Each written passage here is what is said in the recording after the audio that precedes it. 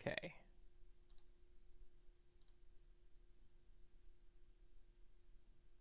So I should be live. Sorry about that. Let me know if you guys can hear me all right and everything. Just do a quick check.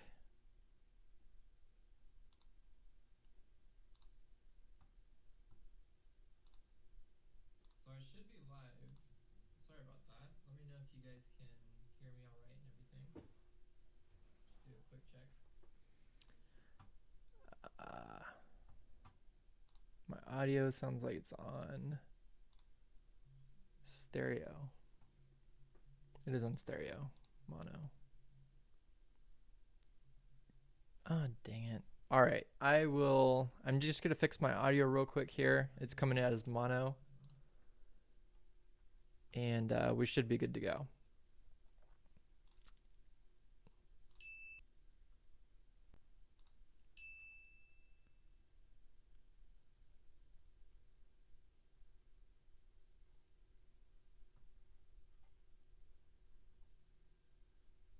Okay, so now I'm gonna see if the audio is good for. It was on stereo, so it should have only been coming out of one speaker. Now I have it on mono. So, okay, so now I'm gonna. There we go. All right, cool. Let's go ahead and get this party started. All right, let me just pull up my.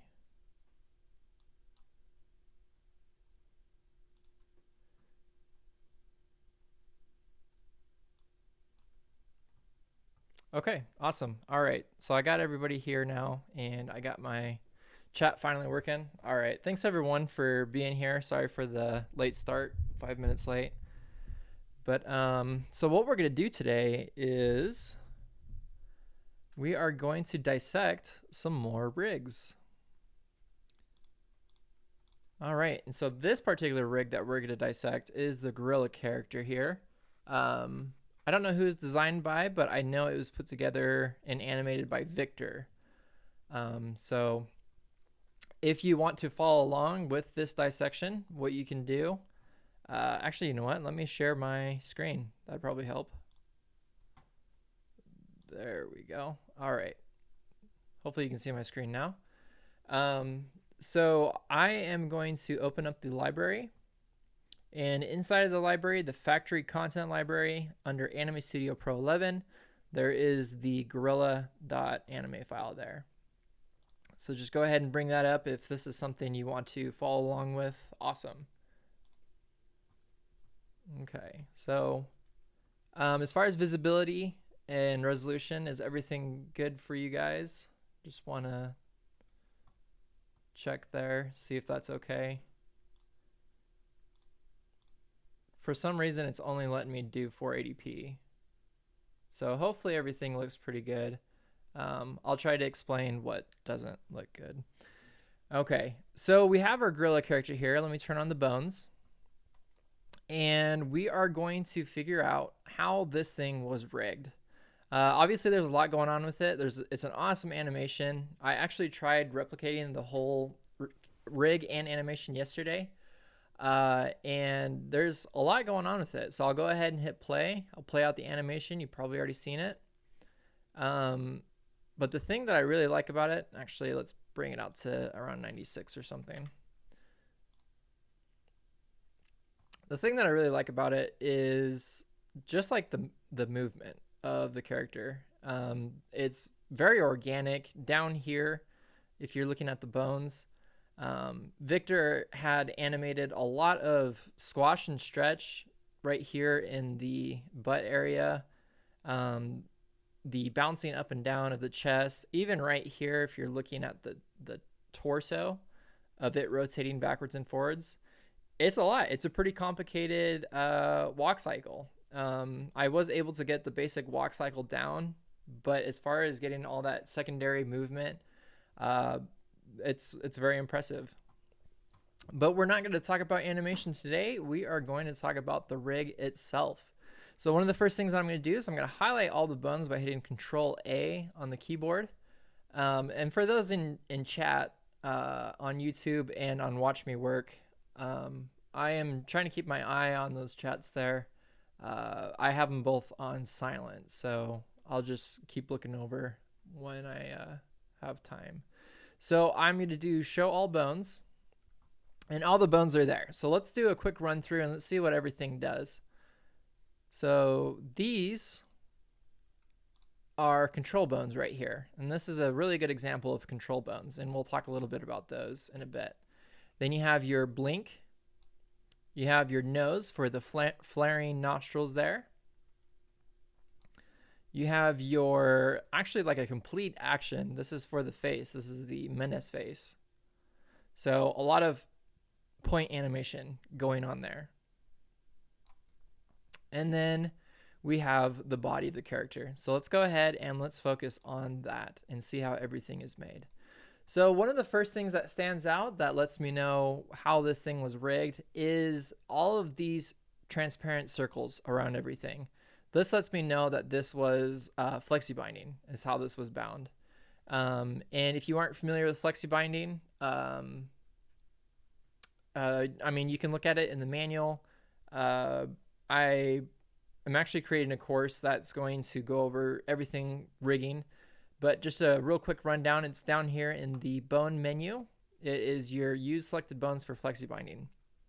By default, whenever you're rigging and you're setting up a rig or you're just setting up bones in general, by default, everything is going to be using flexibinding. But what came out, and I believe Anime Studio 9.5 was the use selected bones for flexibinding. And that is really good for bitmap images if you are a story illustrator, like you do illustrations for children's books or something like that, and you want to bring them to life. Flexibinding is ideal for that. And then as well as using it for imagery and things like that, you can also use the flexibinding for vector images, which is what we got here. So all this was made up of vector points, as you can see there. So pretty impressive piece of artwork there, and also very simple. So let's go ahead and let's break everything down. So let's start with the head. So the head here, we have our bone strength that is around the head. Let's see where the head is located. Okay, so there's the head right there. So when I use the manipulate bones tool and I rotate that backwards and forwards, you can see that's a very simple rotation. If we look at the top here, you can see that when I bring up the bone parenting, so I'm going to go back to my main bone layer. When you bring up the bone parenting, you're going to see your little controls right here for the eyes, and those are parented to the main head layer. That is why when I rotate the head backwards and forwards, those eye bones, eye labels or whatever those are following the head. So that's very simple. So that's simply by going to either the head layer. You can do this one of two ways. You can bind the whole layer itself by simply going to the bone, selecting the bone, going to the head, going to the bind layer icon, and then binding that bone. And then you know it's going to be bound because it's going to have the red like so. So now I know that that is bound, but I will leave it as FlexiBound as it is. Up here in the top of the head here, you have these two bones here. When I play out the animation, you can't really see it too well, but there is some movement going on there with those two bones that are on top of the head. Now these two bones, as you can see when I set up my parenting here, these two bones are also bound to the main bone for the head layer there. And they are actually what are called dynamic bones. If I just click on one of these and I go to my bone constraints, I can drop my bone dynamics and I can see that there is your torque force, your spring force, and your damping force for the movement of those bones. And if you aren't familiar with bone dynamics, they're a really cool way to add secondary animation and things like that. It's all inside of the program. It does the movement for you. So what you do is you go to your different bone dynamic fields here. You set your parameters. Your torque force is the movement, just starting a movement, whether it be rapid or small. So let's select the bone here and let's just show you an example. So I'm going to play this in real time and I'm going to adjust these as we're going along here. So the torque force is the movement, so how much it's moving. So I can move that a lot, as you can see there. Let me real quick, just so that it's more in line with the actual animation, I'm going to set that 29 frames so that cycles through correctly there. Okay, so you have your torque force. So that was set at 0.80. So all I'm doing is I'm simply just scrolling my mouse wheel, and I can control how much I want to adjust in real time. Your spring force is how far. So you have your movement, how far the movement is going. So think of like a spring where it bounces back and forth, or something elastic. I don't know. So the spring force is basically how far each way on a rotation that bone is going to go. So in this case, the parameters are set at 0.40. If I increase that, you can see that the movement is getting smaller and smaller, because the more value that you put on the spring force, the higher the value, the more faster it's going to be bouncing back and forth. Think of like a guitar string. When you plug a guitar string, a really loose one versus a really tight guitar string. That's a pretty good way to explain it. So I don't know what that was at. I'll leave it at 0.60. And then you have your damping force. Your damping force is how long the movement is going to be going for. So in this case, the damping force is set at 2. If I increase that to 3, 4, 5, somewhere up there, just like I don't know, when you think of like anti-gravity versus bringing gravity, or heavier gravity, it's going to be moving a lot less, or slower, or I don't really know how to think of it. I kind of think of it like something moving through a thicker substance like Jello or water or something. So it's slowing it down, obviously.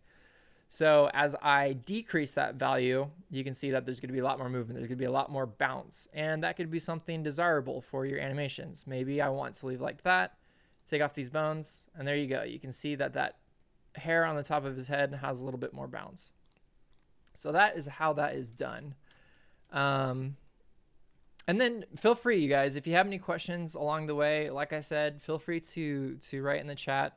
I'm more than willing to answer your questions about this rig, if you have any questions about this rig. So if not, I'm just going to keep on going here. So the next thing that we're going to take a look at is, and one of the best ways to see how these things are rigged is be pulling up your bone parenting. So one of the things that I want to look for first, now that we kind of conquered the head and everything that's going on there, is where is the root bone? Where are all these bones meeting back at? So as you know, rigs, they in Anime Studio use what are called IK chains, and IK stands for inverse kinematics. And all these arrows right here that you see, these are representing your chain. So say for instance, like the hand right here, it goes to the forearm, which then goes to the bicep, which then goes to the chest. That is all happening inside of a chain. Now watch what happens if I break that chain. So right here in the arm, I'm actually going to break that chain. So I'm going to select the bone right here in the arm, the shoulder. I'm going to hit Alt to my keyboard, click that bone. And now to break that chain, I'm simply going to take that selection, that red arrow, and I'm just going to click off. So now it's breaking the chain there. And so if this was broken, oh, this is a target bone, so this might not show exactly what I'm trying to do. But as you can see already, let's just play out the animation. It's broke off from the main layer. So there's nothing really holding it into place or letting Anime Studio know that the arm should be attached to the chest bone. So if we go to, so if we move the layer, it will still move in place because it's rotating at this pivot point. But I don't want to delete the animation. But whenever you move the arm around, when you have your character move, when you're moving your main character, so from here, from like the root bone, oops, that's not the root bone. So here from the root bone, so originally this would work if the arm was right about there. But anytime I move the root bone around, now that the arm is no longer attached to the character, you see it's going to become detached from the whole entire animation there. So in order to keep all of your limbs and everything attached, it's very good to know how bone parenting works. So just attach it just like so. Whoops. There we go. So now when I play out the animation, everything works as it should. And so let's go ahead and let's take a look at the parenting again. So I'm going to, there we go. I'm going to deselect the bone. And so right here, we have our head bone and our shoulders, our arms that are obviously going to connect to the chest. The chest is then going to connect to the abdominal area here. And as you can see here, this pelvis area and the legs are also connecting to the abdominal.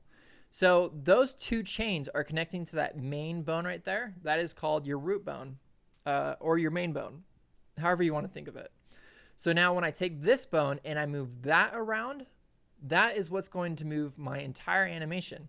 The only reason why you see that the arms and the legs aren't coming off is because those are target bones, and those are, I guess, like locking themselves in place until you drag so far. And we'll talk a little bit about that as to why that's working that way. So let's move on to let's see here. So we know that everything's FlexiBound. And like I said, FlexiBinding is very simple. All you do is you select your layer. So for example, this arm, let's locate where this arm is. So the arm is right here. And all of these details, all the things inside of the arm, there's no masking done. It's just a simple layer, as you can see there. So that is the arm layer right there. So if I wanted to FlexiBind this arm layer, I am going to select that bone, and that bone, and my target bone. So I'm going to select all those bones, and making sure that I'm on the arm layer, I'm going to hit Control-Shift-F. And when I do that, it's going to, like you see here, it's going to highlight those bones in that red color.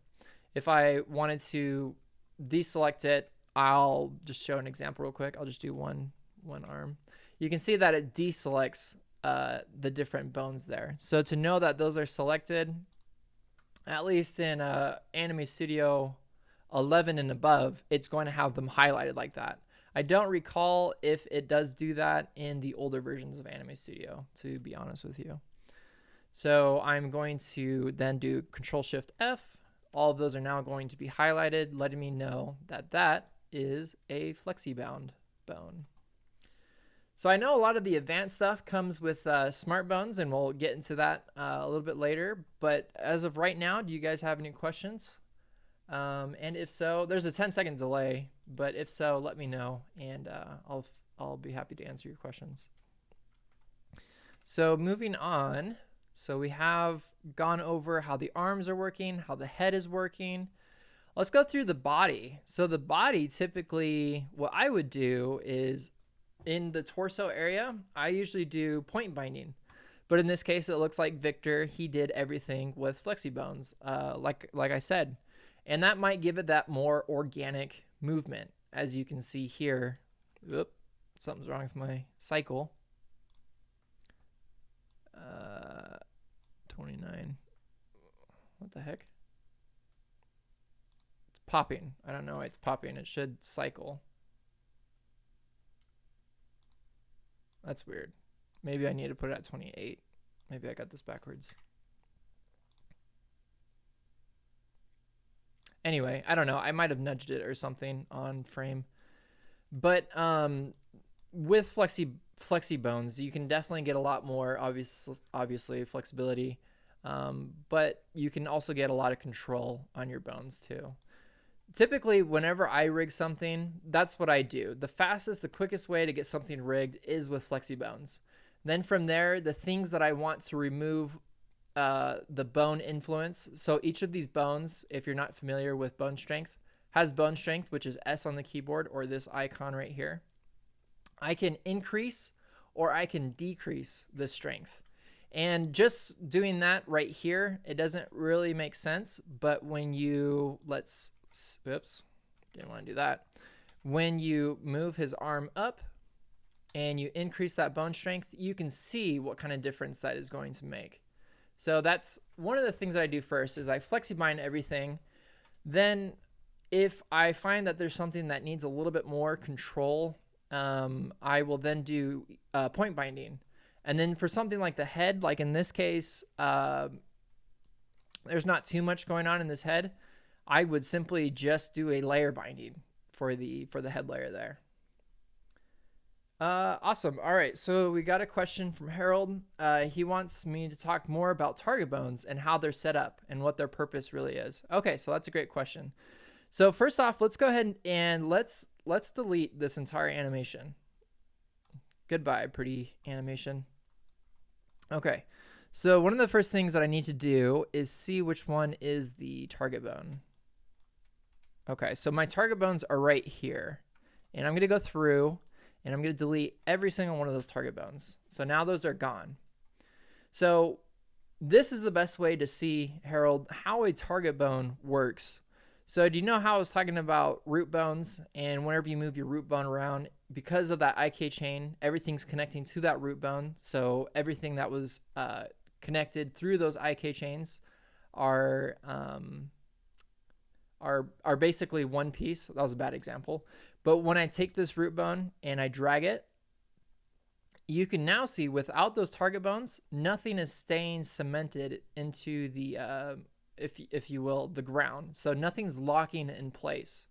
So what target bones allow you to do is when you're doing walk cycles to lock your feet in place. Because a lot of the things that happened before with Anime Studio, I'll do a really quick and dirty, oh no, I don't have any, well anyway, I'll stretch this out. So a lot of the things that you had issues with before is like sliding whenever you're moving feet and stuff around. This is very difficult to do without target bones. I am so used to target bones now. So obviously I need to lengthen out this arm a little bit, and I'll just set up a really quick contact position. And let's see, so the legs will be opposite. That will also need to be stretched. And this will also need to be stretched. Oh gosh. All right, so something like that. So that would be my main contact position. And then one of the things that happened is, now let's say I want to do my other contact position. Let's see, I'll set it at 15. 15 might be good. So one of the things that happened is now I'm going to try and move where I think his arm is going as far as like a straight line, because now remember I lengthened the length of his bone so that his arm would stretch out in front of him. But now when I bring his arm over here, obviously the arm is really long. So I need to shrink down that length just a little bit there. But also one of the things that are happening now is I can't keep a straight line because there was two different things that are going on. So one of the things that you had to do is you had to create, oops, make sure I'm on frame 1, 0. One of the things that you had to do is you had to create your, let's see, your ground, so to say. So let's say that's where I want to put my ground. Okay. So I had to have some imaginary line or something. I just had to have something to help me know where the ground is. So you can see even as I'm moving that around, because I'm shrinking at the same time, that length of that bone, it's doing like an arc. And obviously when you're walking on the ground, your foot's not going through the floor. It's not arcing through the floor. And that's one of the things that target bones solved. So now let's add some target bones and let's see how those work. Oops.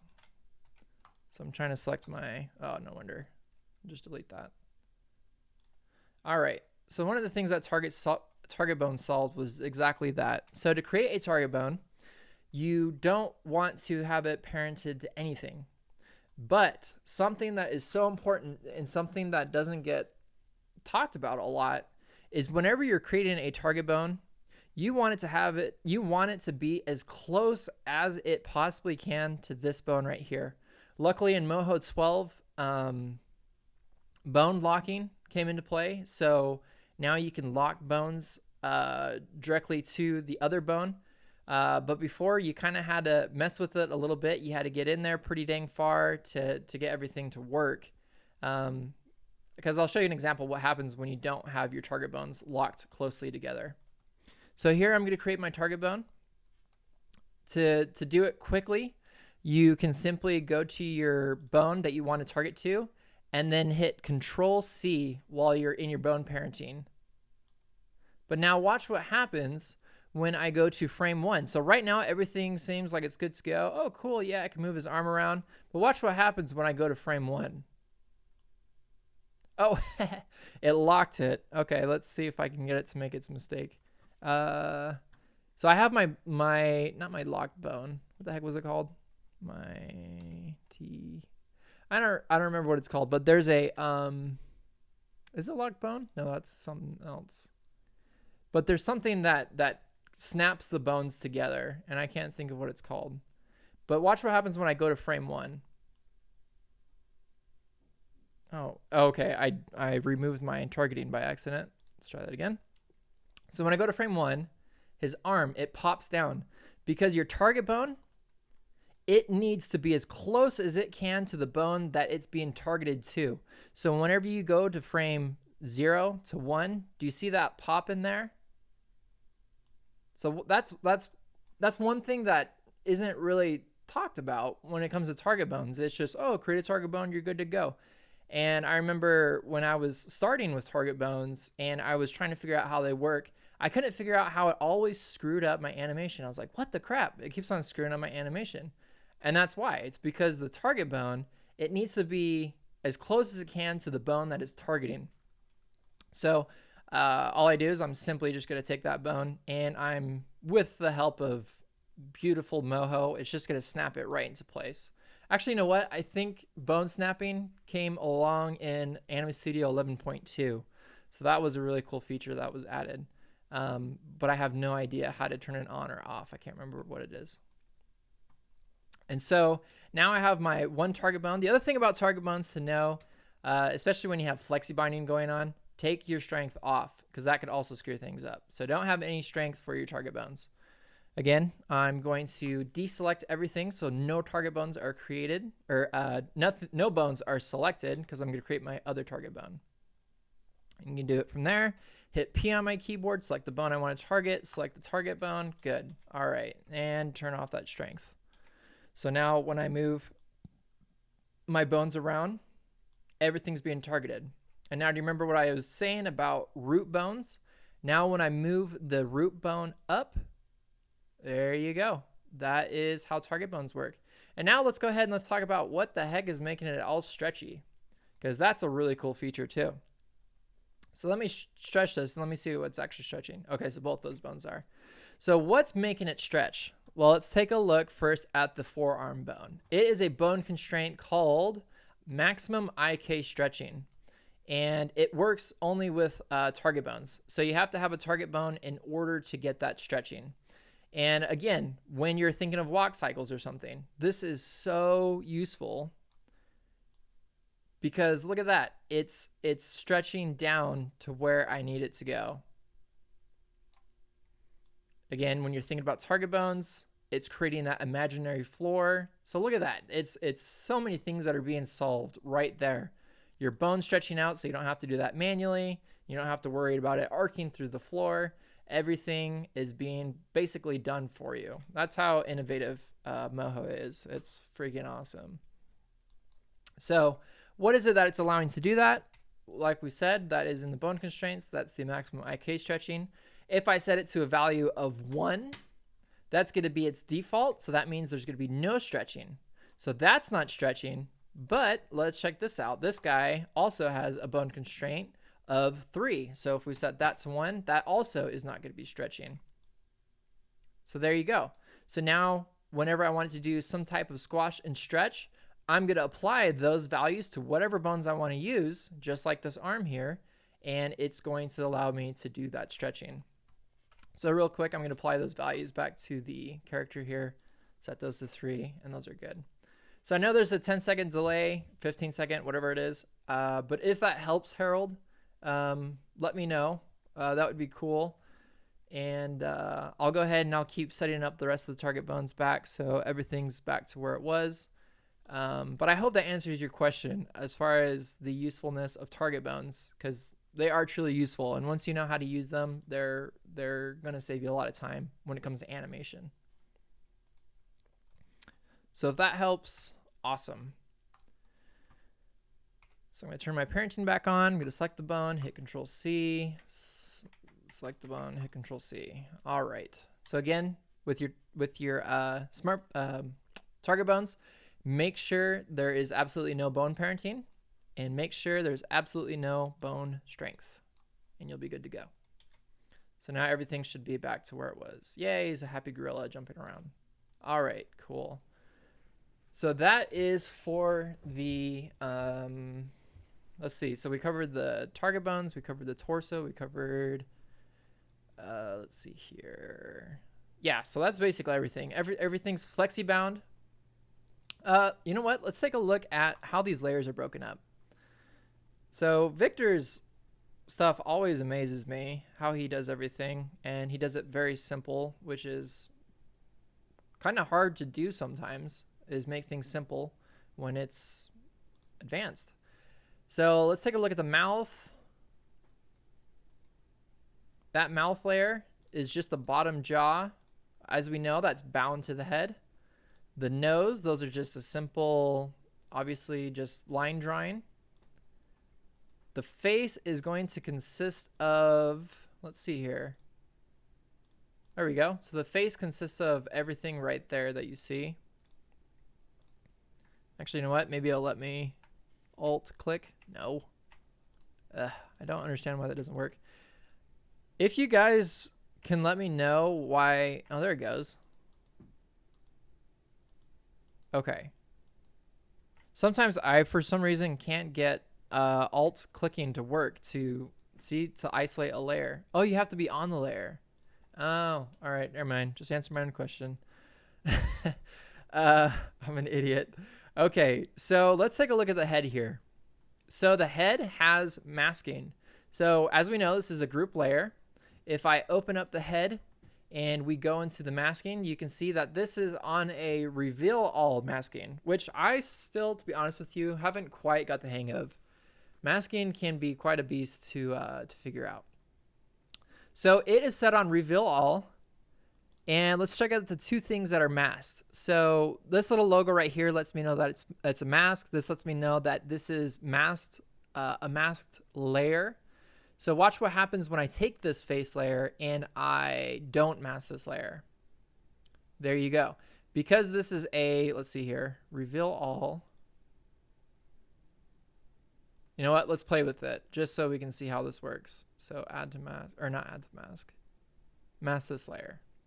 So let's see what this does exactly. So we're going to turn our head to hide all instead of reveal all. I'm going to hit OK. There we go. So that is the difference. So because of the, let's see, where's the main, wait, what? So subtract, then keep invisible.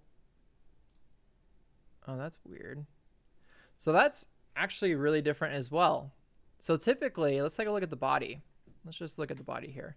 So typically, masks that I am familiar with are like this. So you have your mask group right here, and then you have your mask layer, and then you have your body, your bottom body layer that's added to the mask.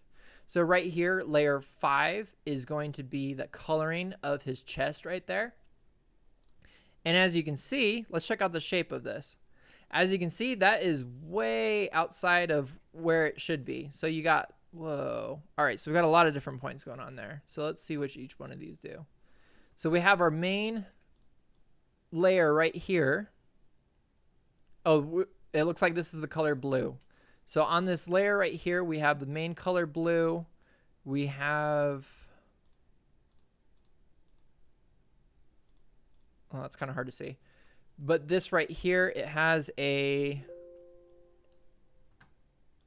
pull it up over here. So you have 3 different shades of color going on. So you have your chest with like the shadow, you have your chest color, the main neutral color, and then you have your body color. So the blue body color is going to be represented right here. So it's this right here. And then Victor has the main chest area with a bunch of different colors on top of it. So my guess is these are just layered colors, as you can see there. Those are just, or layered shapes, I should say. So that's typically how you would do a mask. That's one that I'm familiar with. Like I said, this is a masking with hide all. Now, one that I'm not too familiar with, and which is a really good way, really good reason why you should break apart these characters and see how they work, because you learn something new every time, is when I go to my masking now and I go to reveal all, I now know that this is going to show this portion of the head. Why? I honestly don't really know why, to be honest with you. I've never really used this type of masking before, but I'm really intrigued by it now to start doing it. So again, with the face, if I didn't mask that layer, that's going to pop right out because the head layer is this shape right here. Oh, see if I can get everything else to disappear real quick here. Head. There we go. So the head shape is that layer right there. Then on top of it, I'm going to have my eyebrows, which aren't going to show until I have my face. And then I have my eyebrows, which should be... Oh, that was the one that I just removed. Okay. So the face, head. Okay, so I do have that on reveal all. So the face is going to be masking this layer of that eyebrow layer. The eyebrow layer itself, even though it's there, you can see what it does because it's subtracted from the mask so that it's going to be invisible. However, because the face is added to this mask, whenever you go and you manipulate the eyebrows layer, you're manipulating that shape. So if I remove that eyebrows layer completely off, you can see what it looks like. That's what that does. So that, okay, so that makes sense. That's why that masking is set to reveal all. I'm just familiar with other types of masking, and Mojo's and Anime Studio still kind of throws me through a loop, the way that it's set up. All right, so we have the head layer now all set up there. Let's see where we're doing on time. 36 minutes. All right. So I'll usually, whenever I do a stream, I try to keep it around an hour. So it's not too much because it's kind of a lot as well. So kudos to the Smith Micro team and everyone that does those hour-long webinars. All right. So let's check out the rest of this rig. So let's see, we went from the arms to the head to the legs. Again, you should probably be able to see how all this is being set up now. So there shouldn't be an excuse as to why you shouldn't be able to rig something like this. This is actually a very simple rig to do. You got your body. The one thing that I want to mention though, and something that is actually new to me, and I didn't even notice it until Victor did his webinar on rigging quadrupeds, is this bone structure right here. This is pretty stinking clever because think of this as like the middle portion of the spine. This will then allow me, when I move this, whoop, what the heck is going on? Oh, I'm not even on the main bone layer. So when I move this, I rotate this upwards. What the heck is going on? This should let me move it up. Oh, okay, so that's just a goofy target bones thing. So I can't move this unless I'm on frame 1 for whatever reason. But check that out. That's pretty genius right there. Because whenever you're thinking about like a horse walking or any sort of animal, you got 2 separate moving parts right here. So you got your back end and you got your front end.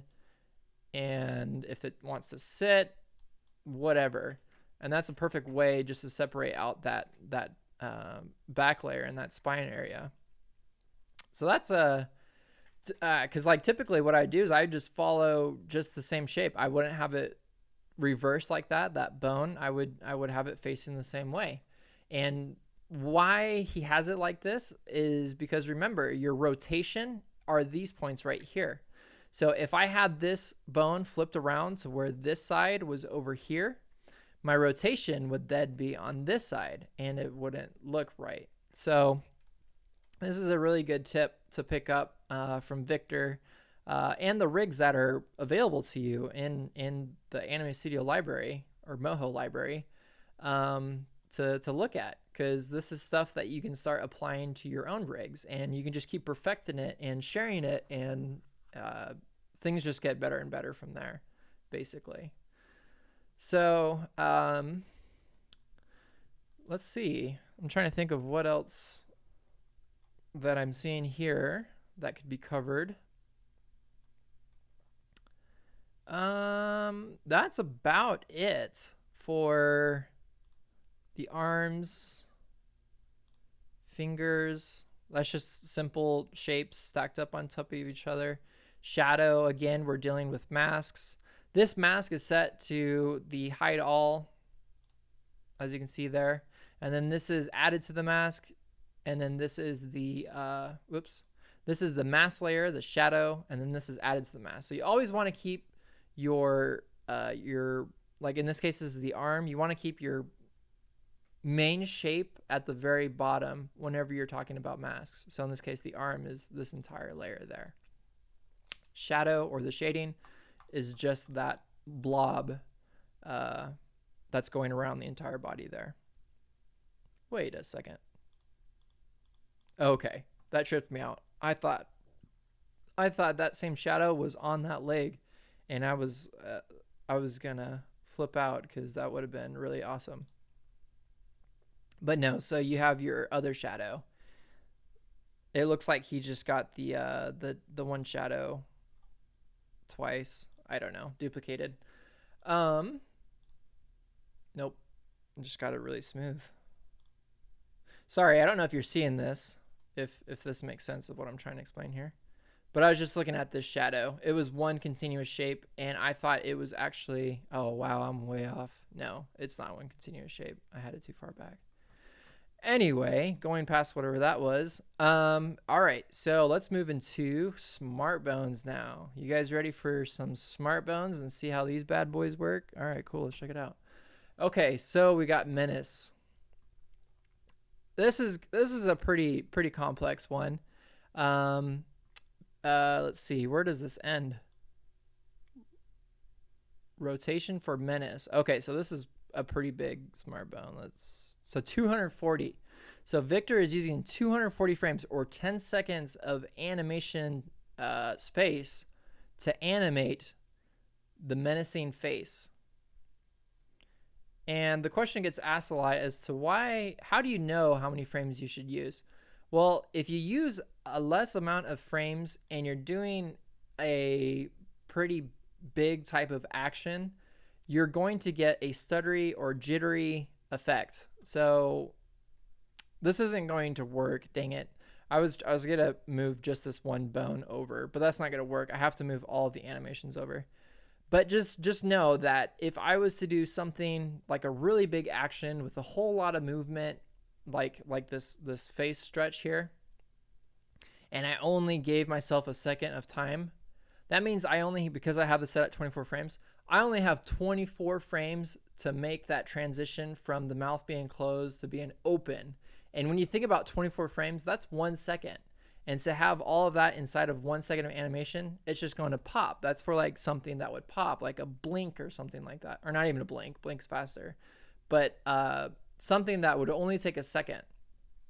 So something like a longer face stretch right there. I mean, 240, that's pretty good amount of time. I would say at least 5 seconds. You would still be good. But obviously, I haven't animated this. Victor did. So maybe he did originally have it where he normally has everything at around 120 frames. But then as he was messing with the smart bone and testing it out and seeing how the whole animation worked, he's like, okay, no, maybe I needed to add an extra double that and add some more frames to that. So that's probably why that was done. Now, the question is how do you know how these smart bones are made? Well, the really cool tool that we have available to us is Alt right click, and that selects the mouth layer. But also another really cool thing that was that happened, or not happened, but that I think it was like not an upgrade, but just a new feature that was introduced, is whenever I click on these different layers, I'm way off now.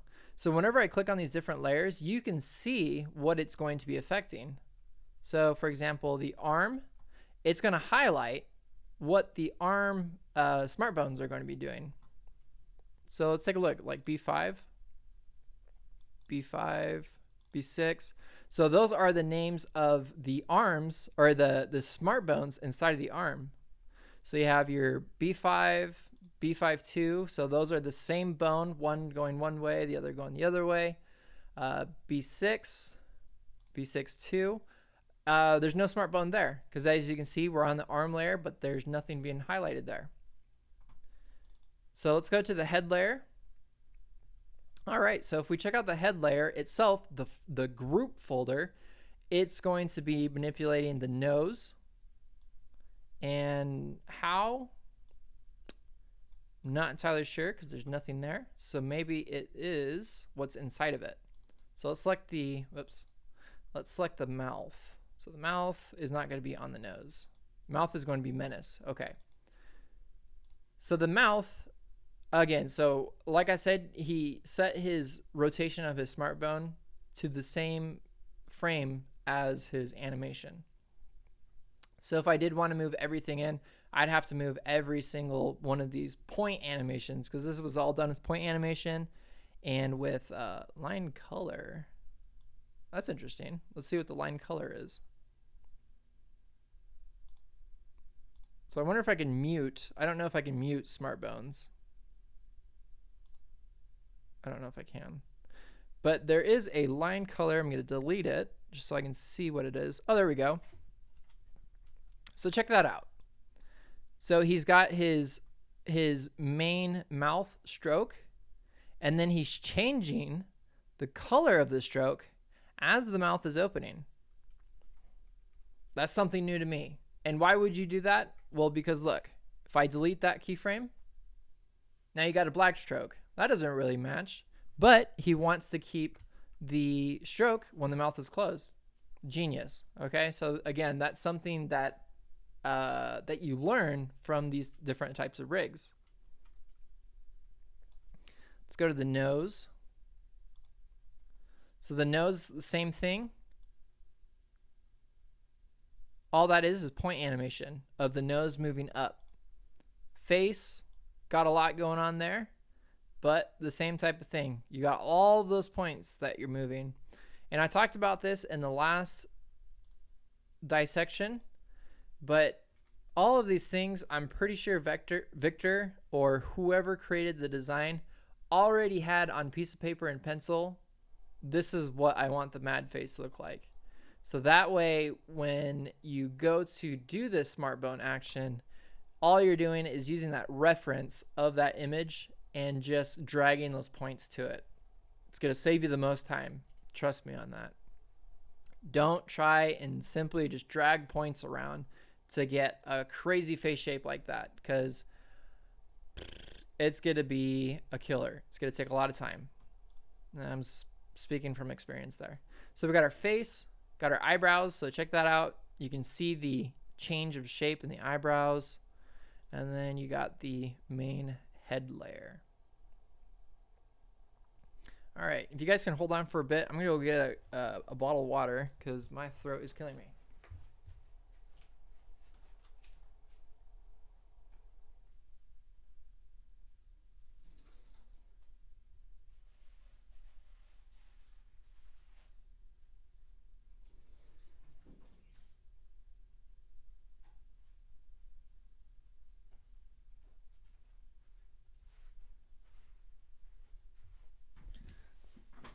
All right, I am back. Okay. How's everyone doing? Having fun? Learning lots?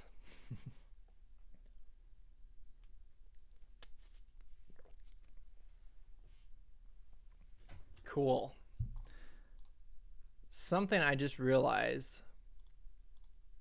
I have been looking into the camera this entire time, thinking that I'm talking with somebody. Well, do I feel like an idiot? Let's see if I can get my camera set up.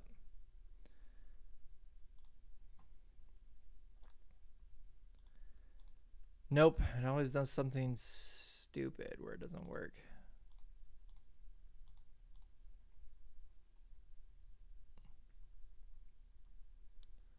Yeah, I thought I had my camera set up, so I was like talking to my camera, looking at it this entire time. Great. Oop, don't want to do that. All right. So cool. Looks like we got some learners there that are learning something. Good. All right, awesome. Well, do you guys have anything that you want to cover as far as this character that I haven't really covered yet? I mean, we'll keep on going over smart bones, but if there's something in particular that I kind of touched on but you want to know a little bit more, let me know.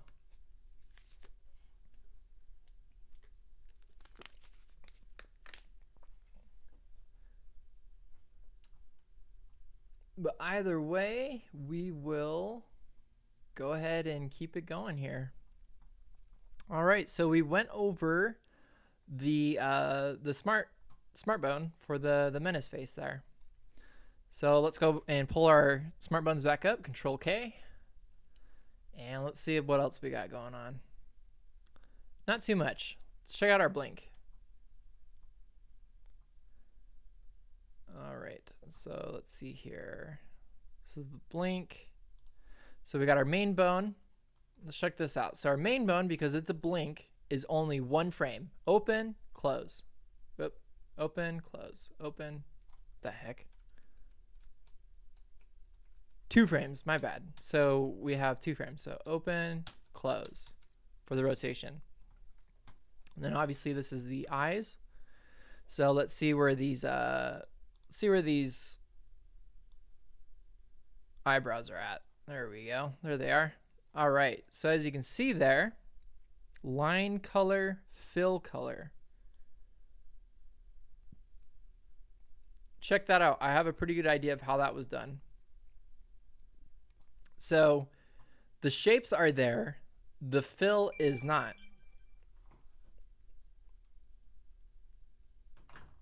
Sorry about that. I had a text come in. My niece was born. Okay, so we got the fill color and we got the line color.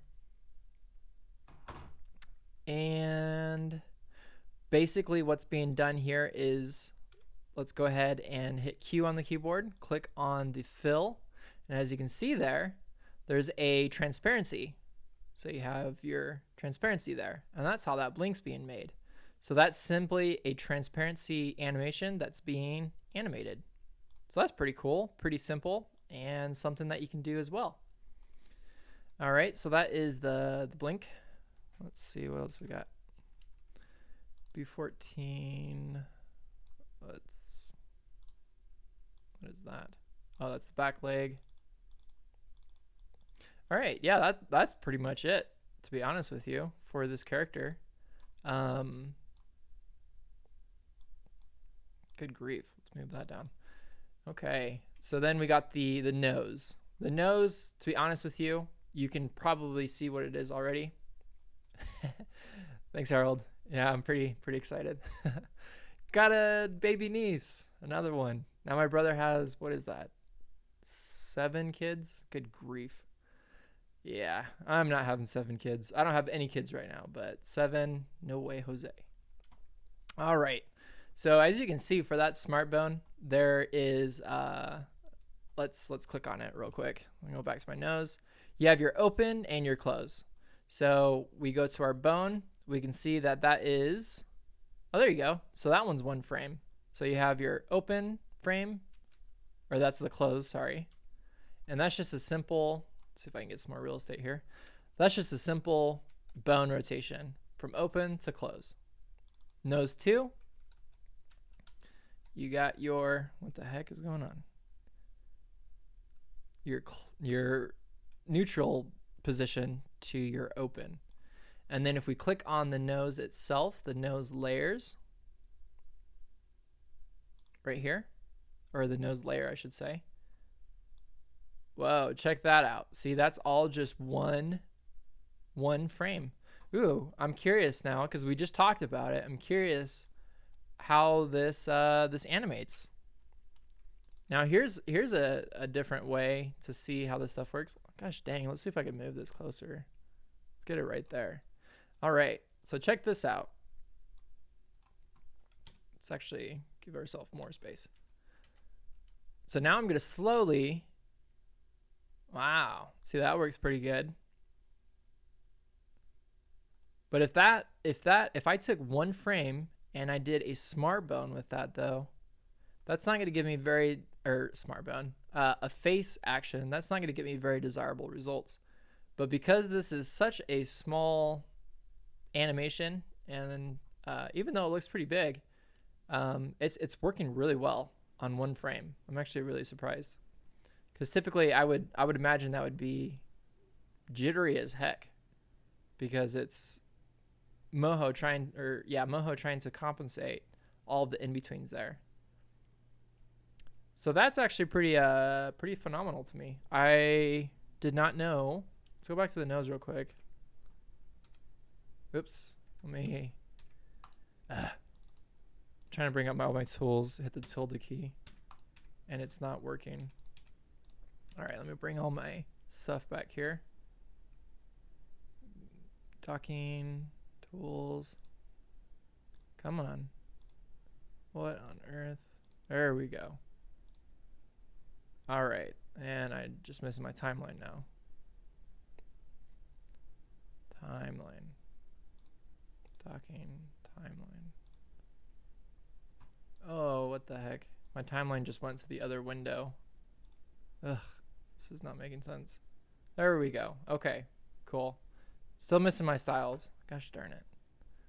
All I did is I hit the tilde key, which should allow me to make everything full screen and then bring it back again, but now it's being really wonky. Okay, there we go. So that, what was I gonna look at? Oh yeah, I was gonna check out that nose. Control K, bring up the nose. Bring up the nose layer. Yeah, holy smokes. That's just one. That's absolutely amazing. That's one frame. And then Moho's then registering everything in between. That's pretty cool.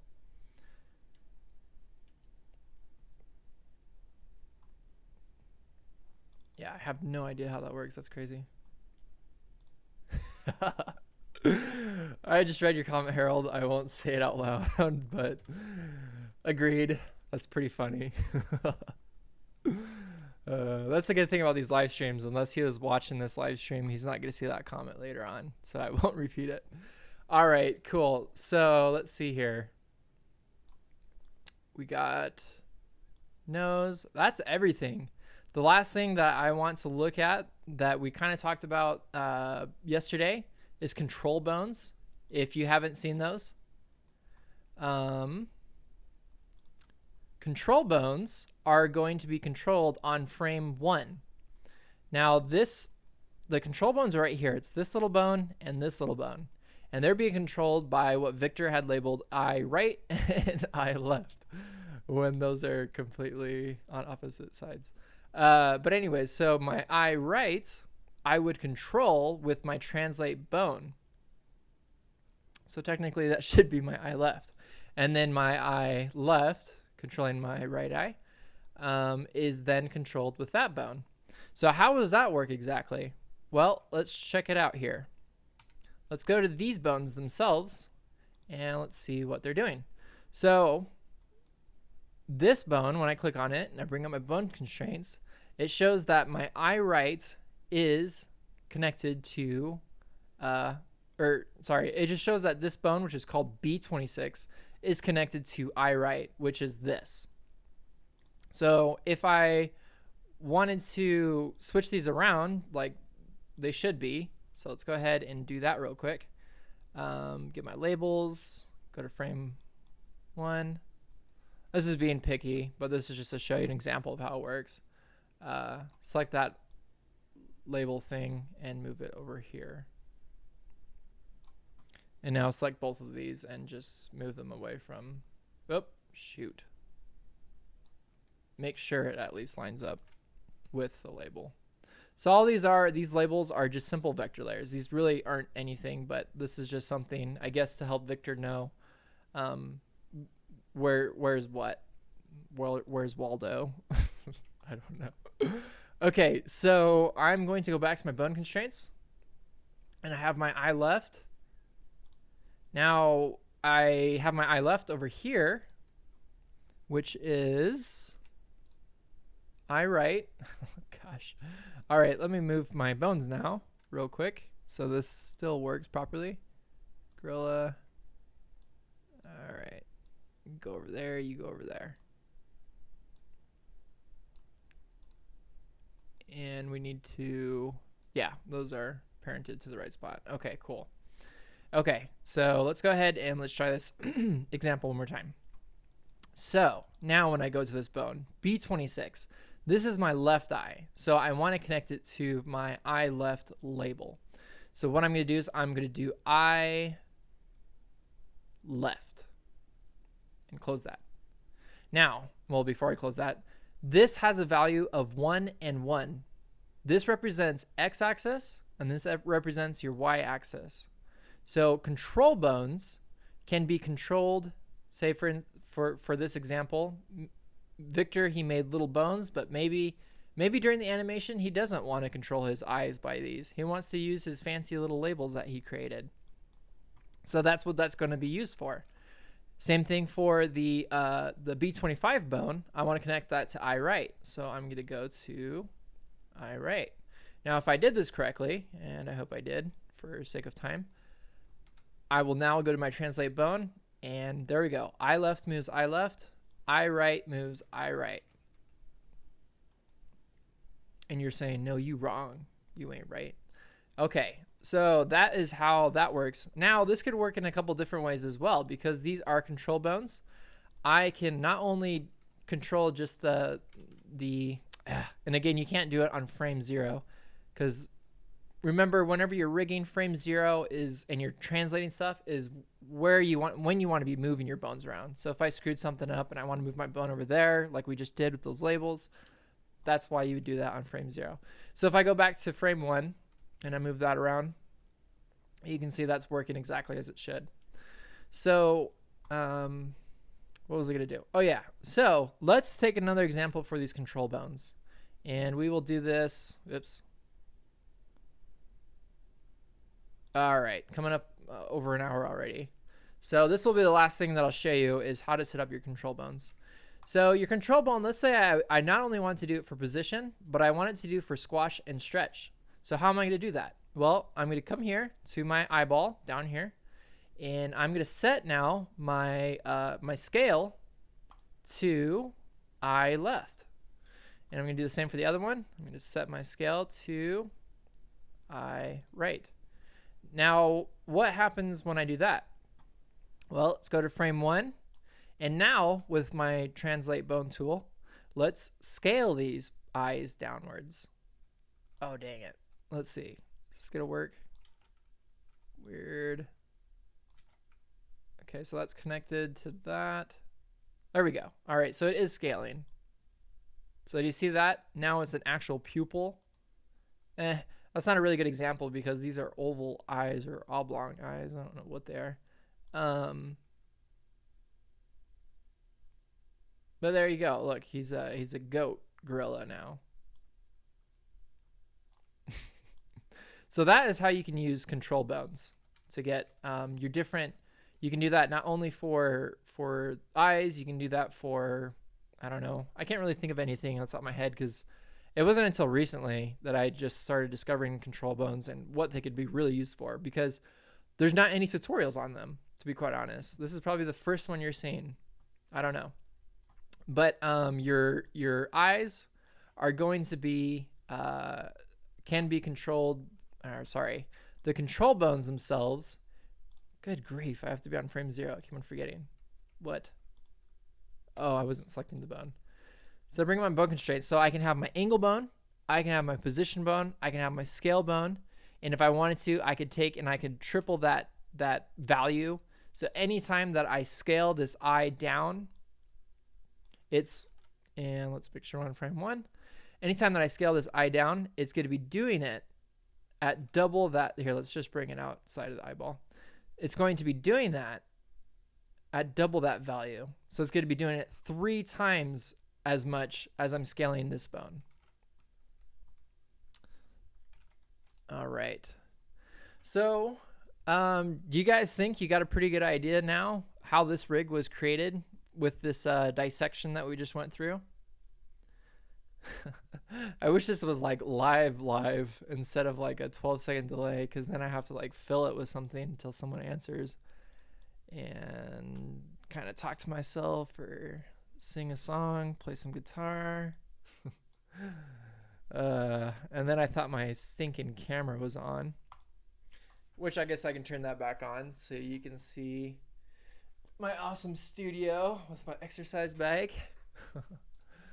But yeah, no, I just want to thank you guys for watching this. If you don't have any questions,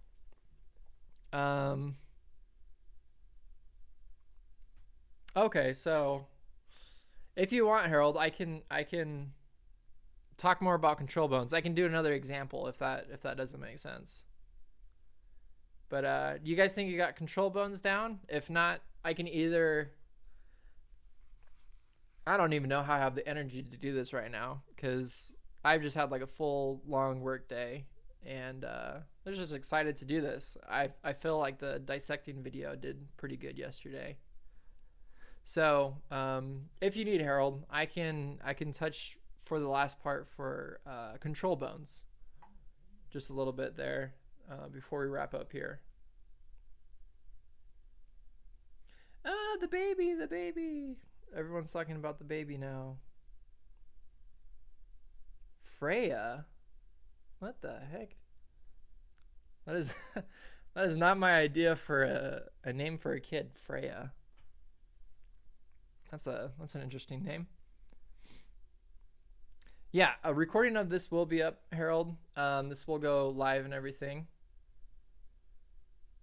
But what let's do it real quick. Let's just do a real quick example for the control bone, just so we can get that down, and then we'll wrap up here. So let me put it back on the. Aw, thought I had my scene set up. All right. Okay. Hey, congratulations as well, Tilo. Oh, dang, great granddaughter. Wow, you're a youngin'. All right, cool. So let's go ahead and let's set up our control bones one last time. So control bones work a couple of different ways, and it depends on what you want to use them for. Let's see. Let me bring something up on YouTube real quick. Here's I don't know if I can find it, but there's this awesome Russian guy who does these YouTube videos. Oh, that's my channel. Dang it. Let's see if I can find it. Anime Studio, Walk Machine. I have no clue. That's definitely not how you like that. Oh, hey, check that out. There's my tutorial. It's this guy, whoever this Russian guy is. This is going to be a perfect example of how control bones can be worked. I think it's this guy. I hope it's this guy. He does a lot. Oh, come on. Where is that? There it is, right here. All right. I won't play it all the way out, but check this out. Do you see how this guy is moving these bones forward and the whole thing is going forward? Well, I don't speak Russian, or I can't read Russian, I should say. But these are his control bones. I'm imagining these are his control bones right here. And I would say whatever he has got going on here, these legs are attached to one of these control bones. So anytime he moves one of these legs forward, let's see if I can explain this right. This is going to be very difficult. Let's see. Bear with me just a moment to get my thoughts together. Because control bones kind of like something like this just blows my mind. This control bone right here, let's pretend it was connected to the main root bone. And this bone right here was connected to this control bone. So anytime that the leg moved forward, it would move the control bone forward, which would in turn move the entire root bone forward. And then we talked a little bit about target bones. So as you can see, there's target bones down there. So that's my guess. Anytime he's moving these legs forward, these control bones that control, I don't know if they're on the target bones themselves or what, because it's in Russian, but he has those control bones controlling. Let's see, he's doing something with the control bone here. That is bizarre. That is whoa. I have no idea. Okay, so that was a bad example, but that's as close as I can get to how I've seen control bones work, or at least how I think they work. That is crazy. Okay, so back to control bones. So let's see if I can get my stuff working here. All right, so my main bone right here is called, I will call it, let's see. I don't know. I'll call it control bone. Or just control, I guess. And this one's going to be called B33. I'm going to attach my control to B33. And I'm going to do this as my angle. So now I want you to try to figure out, before I do it, I want to have you try to figure out what this is going to do now. What is control going to do to B33 at a value of 1? Did you guess it? Just kidding. Now I'm going to control, or I'm going to rotate this bone, and it's now going, I did that backwards. I had that backwards. But anyway, so this is actually going to be my control bone controlling this bone. Or actually, I don't even know what the naming convention is. But now when I rotate this bone, it's going to be rotating this, I'll call it the control bone. It's going to be rotating the control bone at a value of 1. When I go back to my bone constraints, and this bone right here, and I set this value now at 2, and now I rotate this bone, it's going to rotate now at a value of 2. So do you kind of get an idea of how, with those two examples, that would work? So we have our eyeballs. So for whatever reason, the labels were created to control these bones here.